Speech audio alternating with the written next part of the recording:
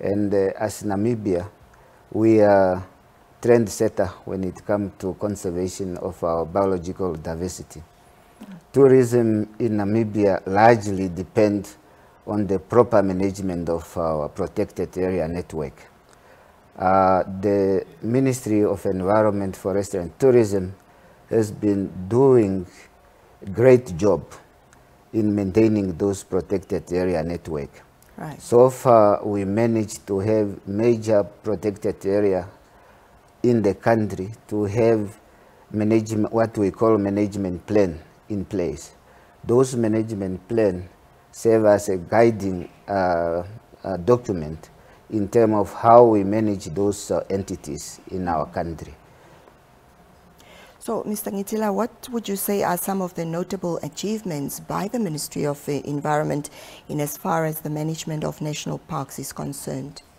As I have indicated, so far we managed to have majority of our protected area having in place management plans. That is a major success. We have improved our entrance gates. Also, we managed to maintain ablution facility in most of our protected area. We managed to maintain water holes for our wild animals in those areas.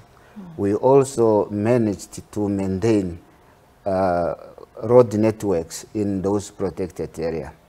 Managing protected area is not an easy task. It costs money, it costs human resources, it costs you to have in place heavy equipment that are functional. It will really cost quite significant amount of funds to maintain those protected area network in Namibia. We know protected area is an engine of our economy when it comes to tourism. We, as a ministry, are doing everything we can to ensure that biodiversity is managed properly, our wildlife is watered, water points are functional, and also the network in terms of roads are also in good condition. So far, we also managed to provide basic infrastructure in the park.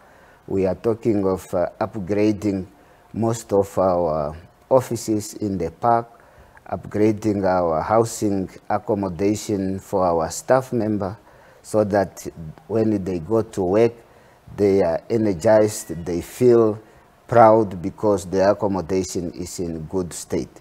So far, we upgraded accommodation facilities in Bwabwata National Park, in Etosha National Park. We are now completing the Speerbit. We are also completing facilities which will be handed over next week to the ministry after the completion of the project in Secleton Coast Park. So there has been quite a lot of effort from the ministry in ensuring that basic facility in our protected area are working, are functional, and are also utilized. We are talking, for instance, in Etosha. It's a territory by its own. It covers about 22,900 square kilometers. This is a big area to manage. In addition to that, you have around 60 lodges around Etosha. All those 60 lodges, they took their clients to Etosha National Park. Imagine how much pressure you have in managing such an entity. So you have to make sure at all time that the roads network are in good condition. So we have picked up, or we have observed, increasing number of tourists coming to Etosha. And that is a challenge by itself. These tourists are coming with their 4x4s. We have to maintain about 1,060 kilometers of road network in Etosha National Park. We are talking of the primary roads, which cover about 460 kilometers. These are the roads that stretch from your main entrance gate, your Anderson Gate, Namtuni, and Carlton Gate down to the King Nihale. All that road network need to be maintained.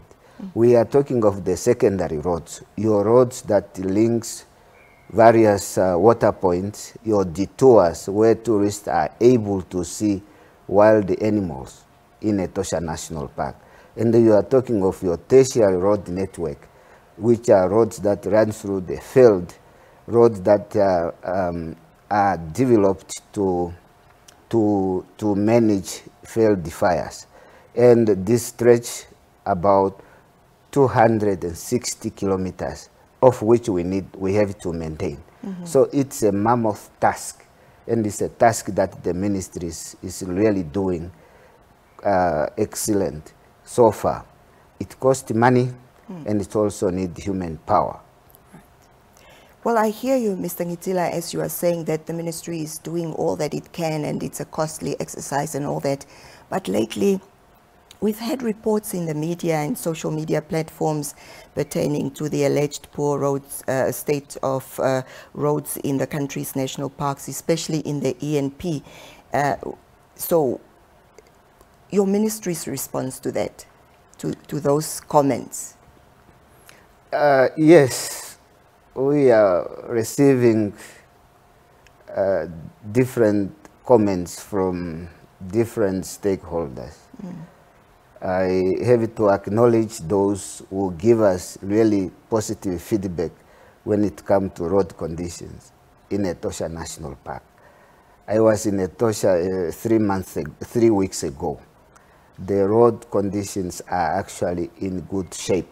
Right. If you have even your small sedan, you are able to travel in Etosha National Park. Depending the type of vehicles we have, I tell you, the condition of our road network is very smooth. We received good compliment from a number of tourists. And if you want to dispute or contrary view, I invite you to visit Etosha and experience really better road condition in Etosha National Park. We acknowledge that this is a continuous work. When you have about over 1,000 tourists every day with their 4x4s, with a varying degree of the tire pressure, so you expect that your gravel road will not be in the same condition every day. It has to differ from stretch to stretch, of which our graders are on site, grading the road almost from 8 to 5. We are proud of our employees that are performing this duty. Of course, if you have a wrong vehicle visiting Etosha, you will probably experience different. And therefore, we may have those negative views with regard to poor conditions of roads in Etosha. But as we speak, we have also contractors on site that are assisting the ministry in maintaining our roads in good shape. We, as a ministry, also went out of our way to get additional funding to ensure that upgrading of Etosha road network is ongoing. We are also happy to report that we are also envisaging to upgrade the major road network in Etosha to a low volume type of road. This will also assist us to reduce the cost in the long run, and also to allow everybody with any type of vehicles to be having access to our treasure, which is Etosha National Park. So we are on the job, and our mandate is to ensure that our protected area is a place to be enjoyed by Namibians and by our visitors alike. The function that we perform proudly, and we are happy to be associated with the work that we are doing. It's a challenge. We have to maintain our ablution facilities, as I have stated, we have around 60 lodges.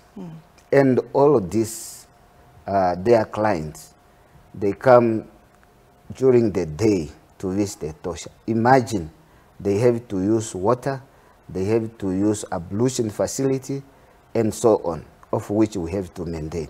Right. So one of our success is also that recently we managed to introduce what we call conservation fee. With this conservation fee, we reinvested that fund into conservation, especially in maintaining our protected area.